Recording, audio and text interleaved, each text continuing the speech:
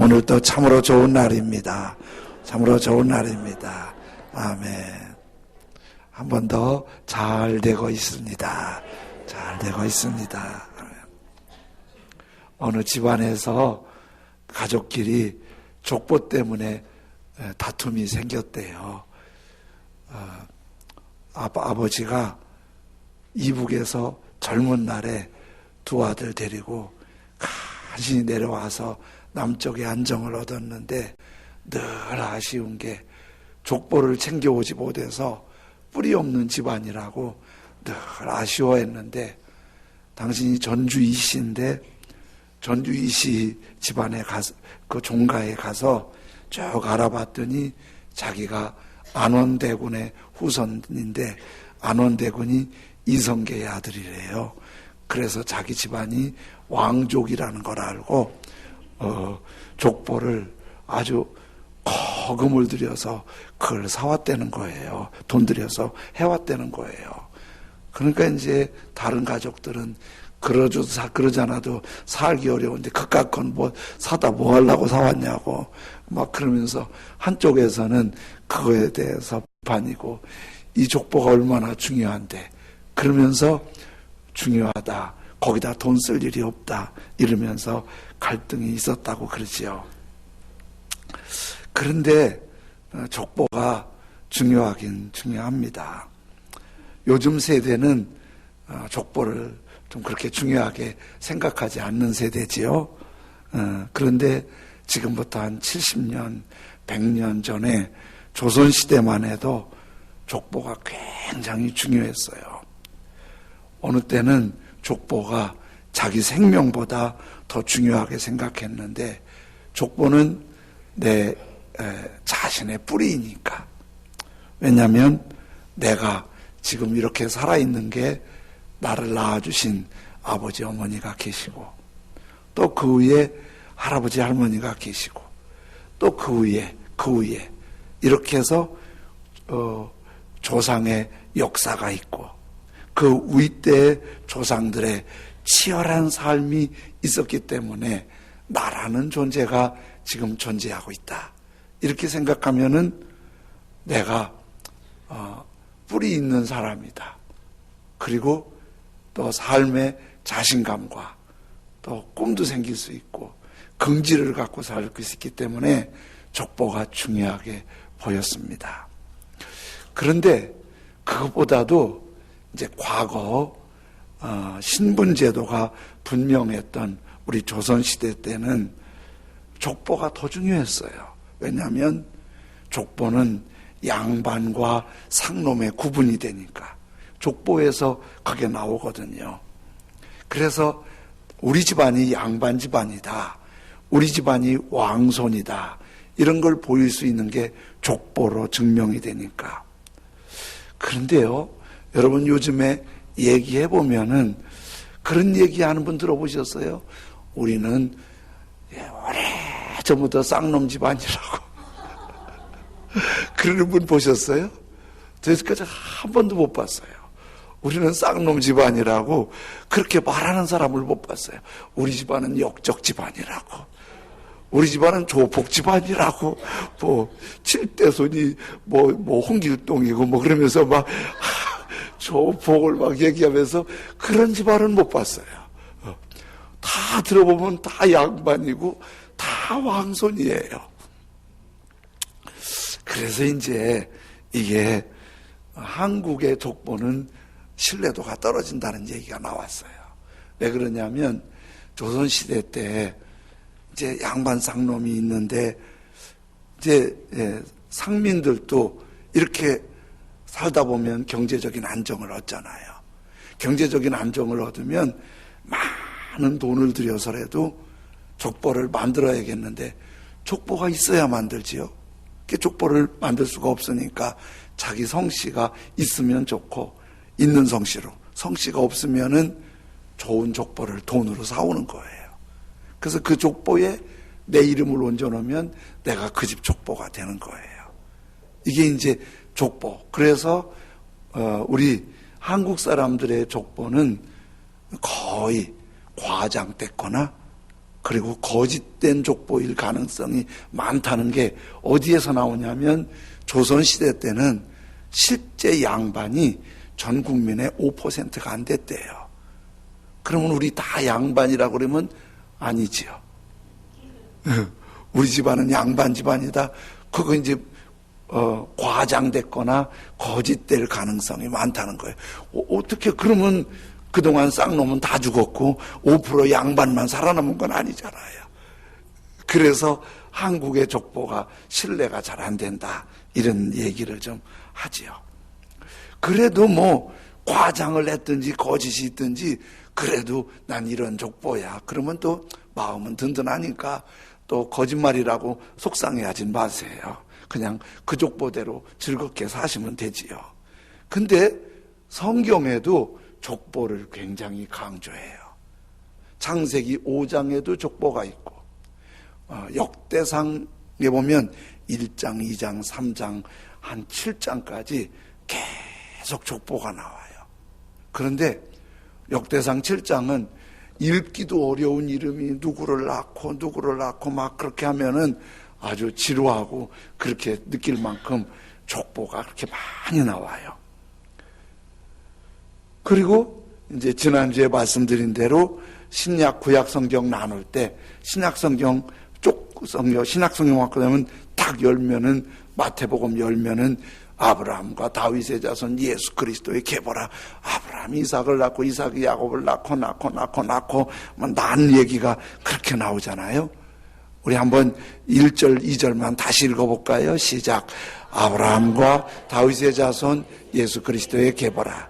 아브라함이 이삭을 낳고 이삭이 야곱을 낳고 야곱은 요아다 그의 형제들을 낳고 이 낳고가 이제 마태복음에 나오는 게 42대입니다. 그 42대 중에서 낳고가 39번이 나와요.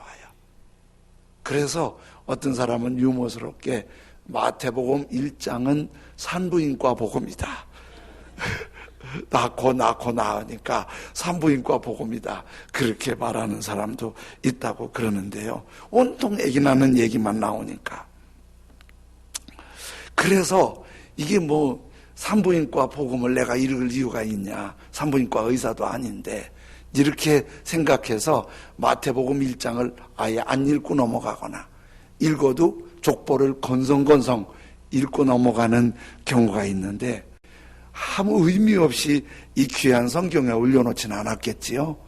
이 성경에 낳고 이 족보는 굉장히 중요한 거예요. 왜냐하면 낳음으로 생명이 태어나니까. 우리들도 부모님이 날 낳으셨으니까 내가 이렇게 있는 거잖아요. 또 우리 자녀들도 우리 부모님들이 낳았기 때문에 다음 세대가 있는 거잖아요. 근데 이 낳는 거를 소홀히 할 때 역사에 큰 충격이 되는 거예요. 우리나라 출산율이 작년 2018년도에 1.05명이었어요. 근데 2019년도에 그게 또 무너졌어요. 1점대가. 2019년도는 0.98명이에요. 계속 줄어요. 이게 무슨 얘기냐면 남자와 여자 둘이 결혼하면은 이제 그 가임 연령대라고 그러잖아요. 아기 낳을 수 있는 연령대를 쭉 계산해서 2명이 결혼하면 최소 2.5명을 낳아야 못 낳는 가정도 있고 또 낳아서 희생하는 애들도 있고 해서 지금 5천만을 유지할 수가 있대요.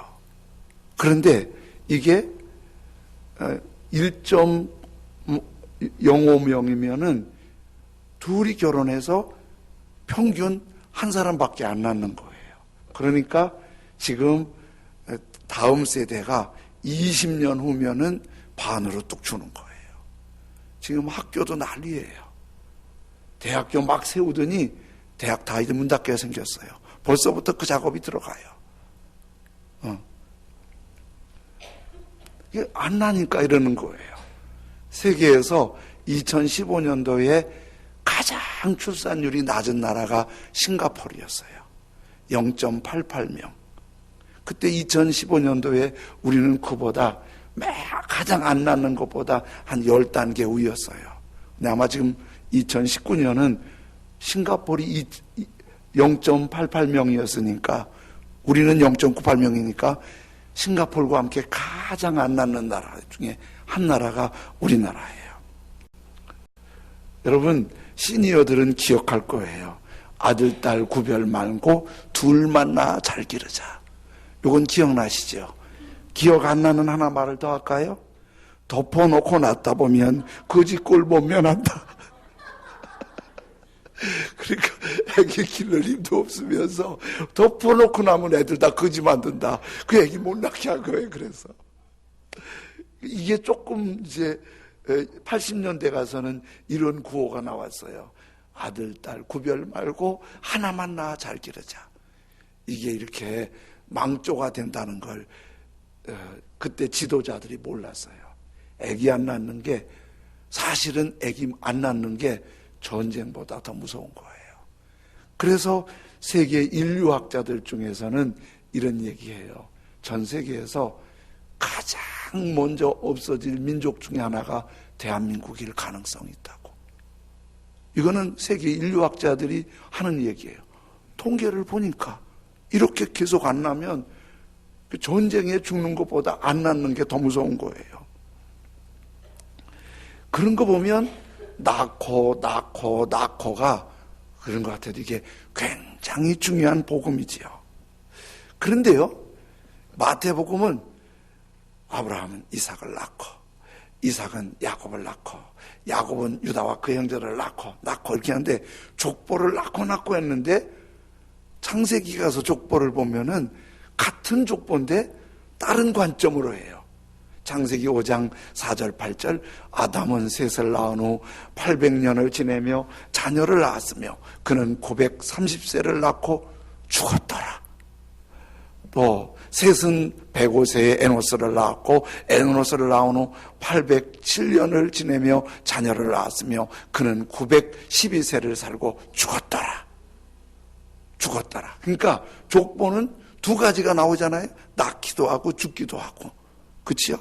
근데 마태복음에는 낳고 창세기는 죽었더라. 왜 다 낳는 얘기인데 창세기는 죽었더라. 마태복음에는 낳고 이게 그냥 우연히 하다 보니까 그렇게 된 게 아니에요.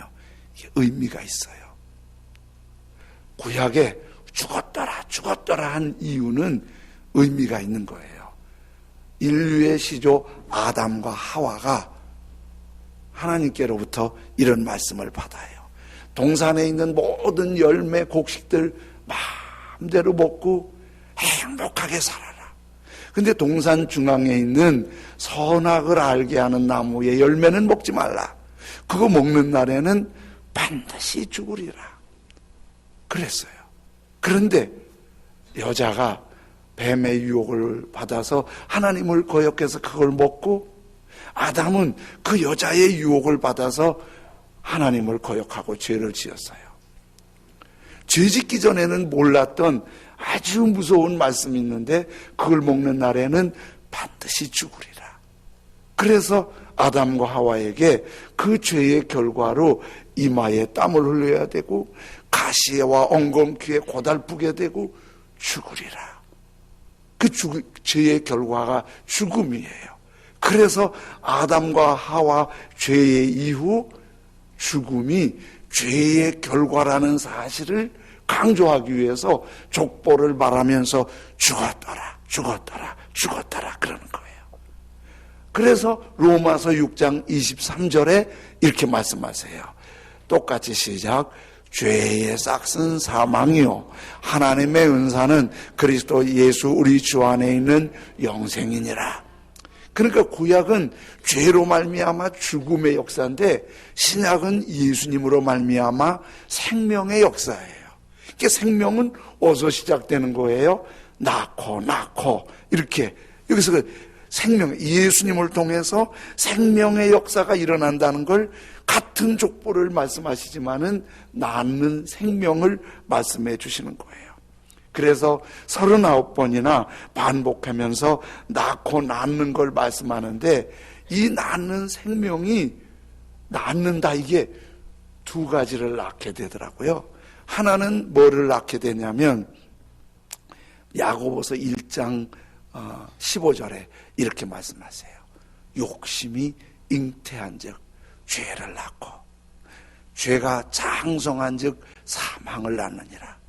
내 안에 욕심을 품고, 그러니까 이제 가임 여성 그러면서 또 가임 기간이 있잖아요. 아기를 낳으려면 아기가 뱃속에 잉태를 해서 잉태한 아기가 기한이 되면 태어나잖아요. 그런데 우리 마음속에 욕심이 속에서 부글부글 일어나기 시작하잖아요. 그 욕심은 뭐로 만들어지냐면 죄가 되는 거예요. 욕심이 의욕이 있어야 되는데, 거룩하고 복된 비전과 꿈과 의욕이 있어야 되는데, 이기적인 욕심이 나를 꼭 붙잡으면 그 욕심이 죄가 되는 거예요. 왜 그런지 아세요? 뻔하잖아요. 욕심이 있으면 사람들과 관계가 좋아지지 않아요.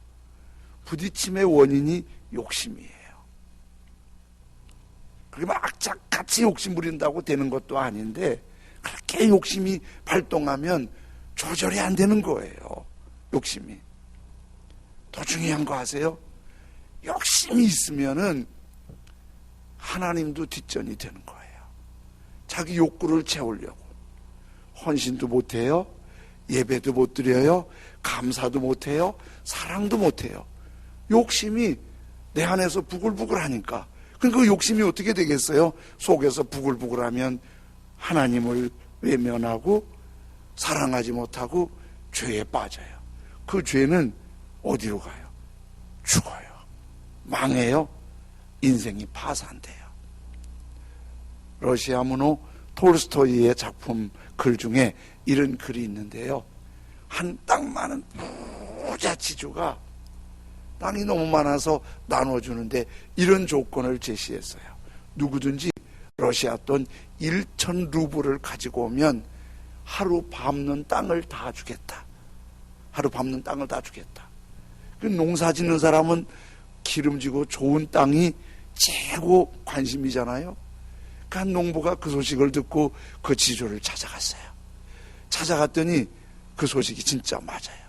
그래서 어렵게 거금 1,000 루블을 갖다가 지주한테 주고 하루 날을 잡은 거예요. 땅을 밟는 날. 근데 그 땅을 밟는데 해가 뜰 때 시작해서 해가 지기 전에 돌아와야 돼요. 해가 진 다음에 돌아오면 무효예요. 1,000 루블만 날아가는 거예요. 그래서 이 사람이 너무 부풀어서 이제 내일이면 지주와 약속된 땅 밟는 날 말뚝 가지고 막대기 가져가서 꽂으면 이제 내 땅인 거예요. 그래서 좋아갖고 그 전날 밤 좋아서 설레서 잠을 못 잤어요. 잠도 못 자고 막 이른 새벽에 그 앞에 가서 여의 땅 준비하고 일어났죠. 이제 그리고 이제 지주하고 해가 삐 비쳐오를 때 가라고 그랬더니 이제 막대기를 들고 꽂으면서 다닌 거예요. 다니는 거예요. 막 꽂고 다니다가 보니까 해가 중천에 떴는데 뒤돌아보니까 땅이 너무 많아져서 뿌듯한 거예요. 해지기 전에 들어가야 하잖아요. 들어가려고 하고 저쪽을 보니까 더 기름진 땅이 널려 있는 거예요. 평평하고 좋은 땅이 조금만 더. 그리고 이제 막대기를 들고 가서 꽂다가 보니까 늦은 거예요. 그래서 해지기 전에 중얼거리면서 막 뛰어요. 그리고 해지기 전에 들어갔을까요? 못 들어갔을까요? 들어갔어요. 해가 엿엿 조금 걸쳐 있을 때 싹 들어갔어요.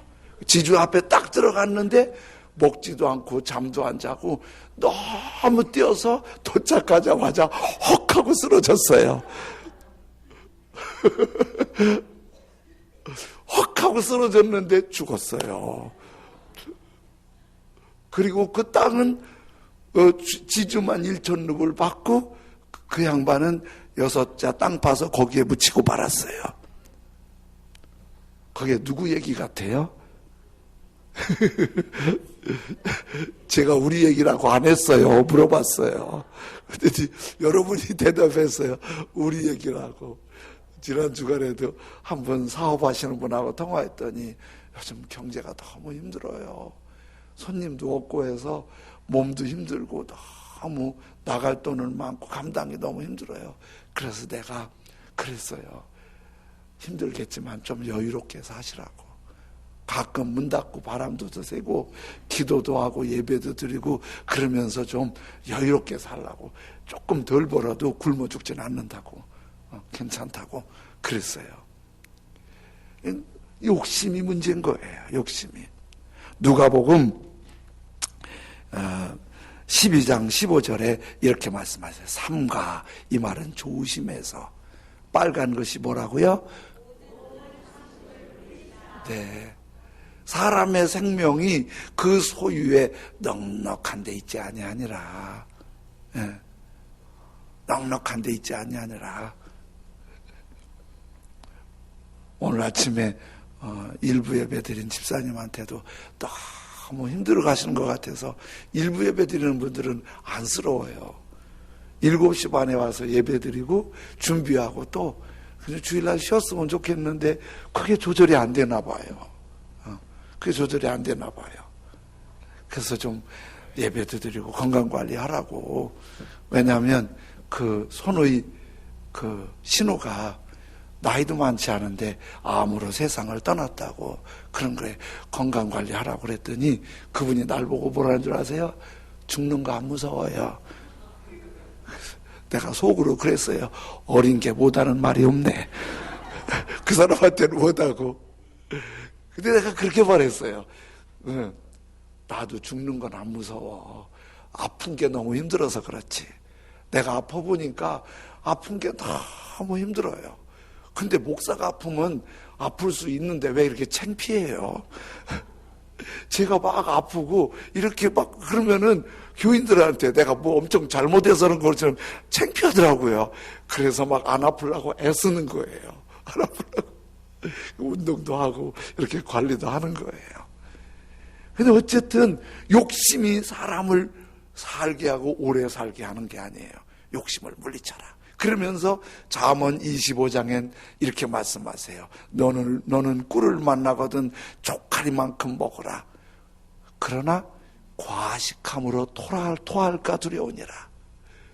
제가 자랄 때만 해도 꿀, 설탕 구경하기 어려웠어요. 단 게 너무 좋았고 사탕 한번 보면은 10개, 20개 있으면 다 먹을 판이에요. 근데 어느 날 우리 어머님이 어서 꿀을 구해왔어요. 몰래 감춰놨는데 지가 그걸 알았지요. 그래갖고 어머니 없을 때 몇 숟갈 막 퍼먹었지요. 아이고, 그리고 속이 불나서 죽는 줄 알았네. 아무리 좋고 아무리 달고 아무리 입이 땡기고 아무리 갖고 싶어도 욕심이 잉태한 즉 뭐를 낳고?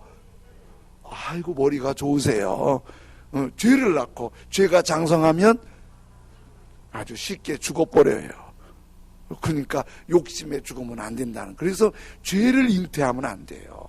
그럼 어떻게 해야 되겠어요? 오늘 성경에 예수님을 낳는 거예요. 예수님을. 아브라함과 다윗의 자손 예수 그리스도에게 보라. 아브라함은 이삭을 낳고 이삭은 야곱을 낳고 야곱은 유다와 그의 형제들을 낳고 유다는 베레스와 헤스론을 낳고 헤스론은 람을 낳고 람은 아비나답을 낳고 이렇게 쭉 낳고 이렇게 나와요. 근데 맨 끝에가 뭔지 아세요? 1장 16절에 야곱은 마리아의 남편 요셉을 낳았으니 마리아에게서 빨간 글씨 똑같이 시작. 족보의 맨 끝에는 예수님이 낳는 거예요. 그러니까 예수님을 잉태해서 예수님을 믿고 예수님 안에서 예수님과 함께 사는 게 죄를 잉태하는 것과 달리 생명을 얻고 영생을 얻고 영원한 복이 보장된 은혜인 줄로 믿습니다. 이게 정말 은혜인 거예요. 그래서 하나님이 보실 때 가장 큰 은혜는 예수님을 낳듯이 내 안에 예수님을 모시고 우리 가족들 예수님 믿고 또 예수님을 전하고 예수님 안에 있는 게 너무 큰 거예요. 누가복음 15장에 예수님을 믿는 게 얼마나 귀한지를 세 얘기로 하는데, 한 여인이 드라크마를 잊어버렸대요. 드라크마는 동전인데 단순히 500원짜리 100원짜리가 아니고 그거는 결혼의 심벌이에요. 요즘에는 반지를 하는데 그 당시는 결혼한 표로 부부가 서로 드라크마를 나누는데, 그 당시는 혼인신고도 잘 안 할 때니까 그 드라크마가 부부의 상징인데 그걸 잃어버렸으니까 얼마나 이 부인이 긴장됐겠어요. 집안을 사실 뒤져서 찾으니까 너무 좋아갖고 그냥 좋아한 정도가 아니라 마을 사람들을 초청해서 음식 대접하며 좋아했대요. 또 하나의 얘기는 목자가 양을 데리고 들판에 풀을 뜯기고 물을 마시고 저녁에 우리로 데리고 왔는데 세보니까 100마리가 나갔는데 한 마리가 없는 거예요. 99마리를 우리에 가둬놓고 한 마리 찾으러 막 다니다 보니까 한 마리가 숯불 사이에 뿌리 걸려서 피 흘리고 있어요.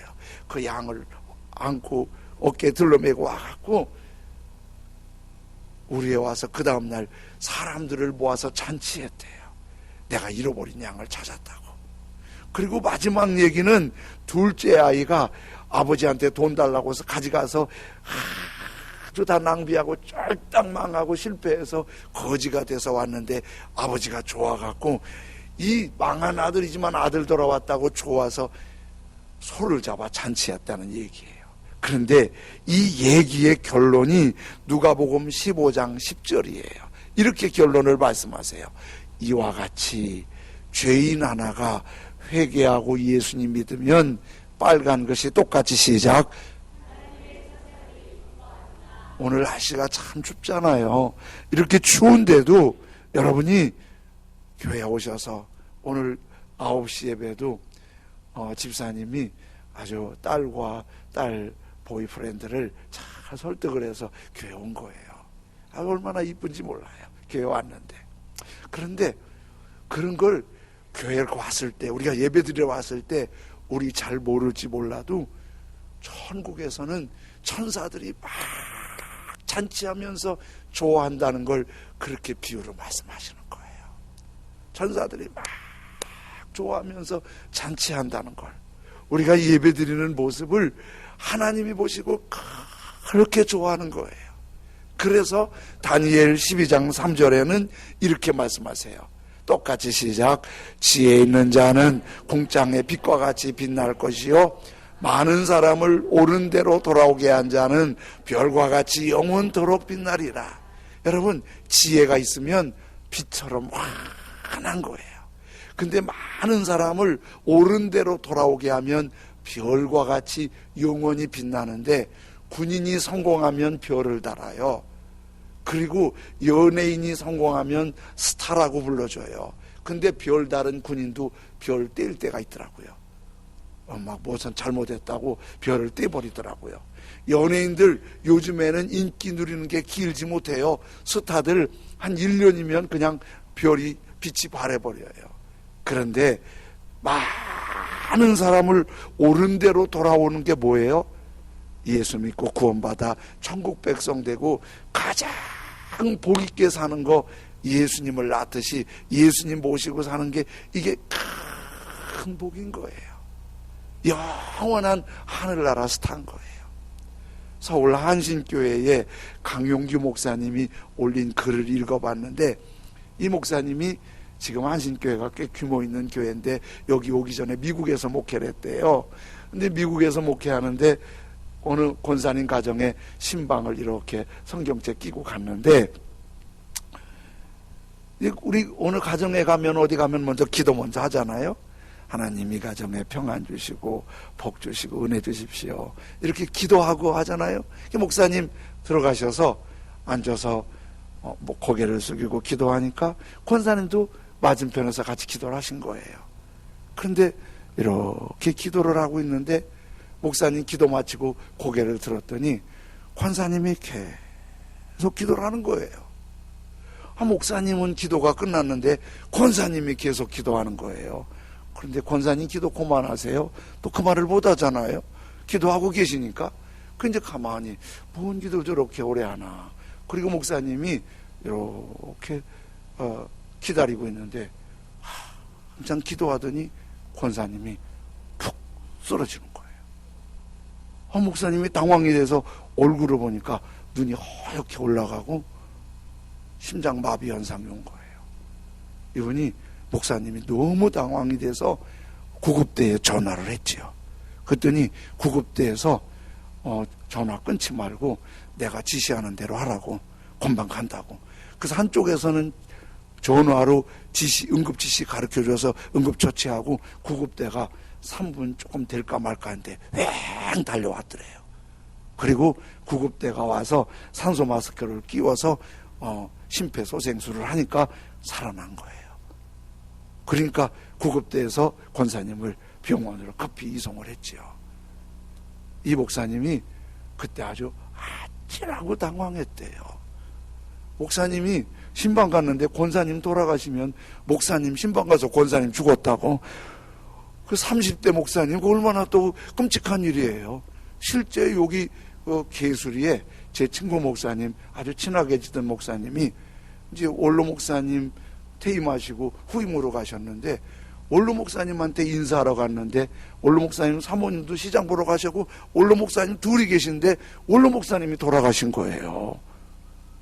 그러니 나 때문에 아니라고 누가 얘기해 줄 사람도 없고 가신 분이 오셔서 말해 줄 수도 없고 어떻게 해요?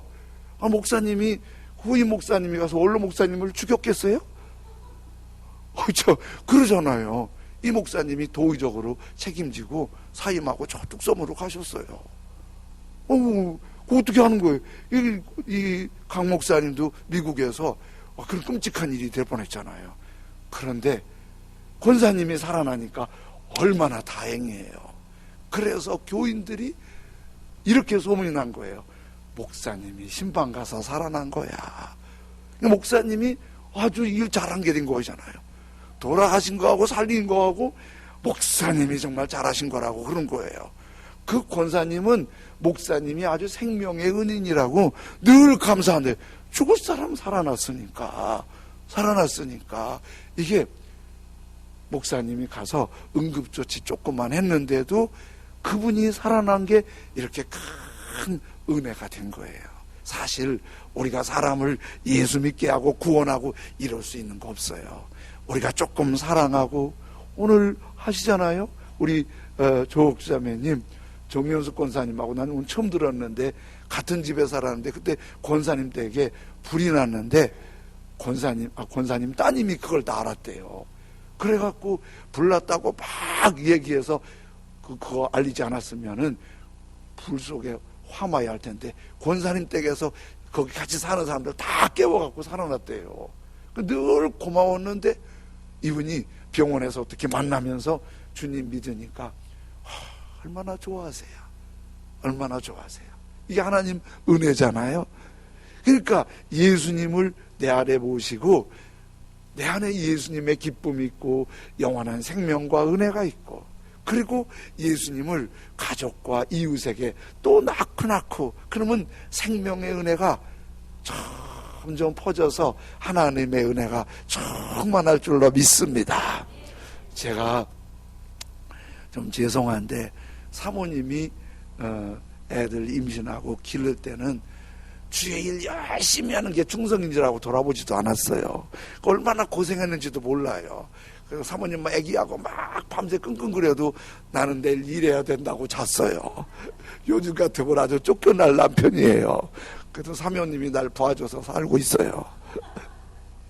근데 우리 딸은 미국에서 애기 낳아서 모르는데 며느리들이 가끔 이렇게 임신했을 때 관리하는 거 보니까 뱃속에 애기 관리하느라고 그렇게 좋아하는 음식도 안 먹고 뭐 그러더라고요.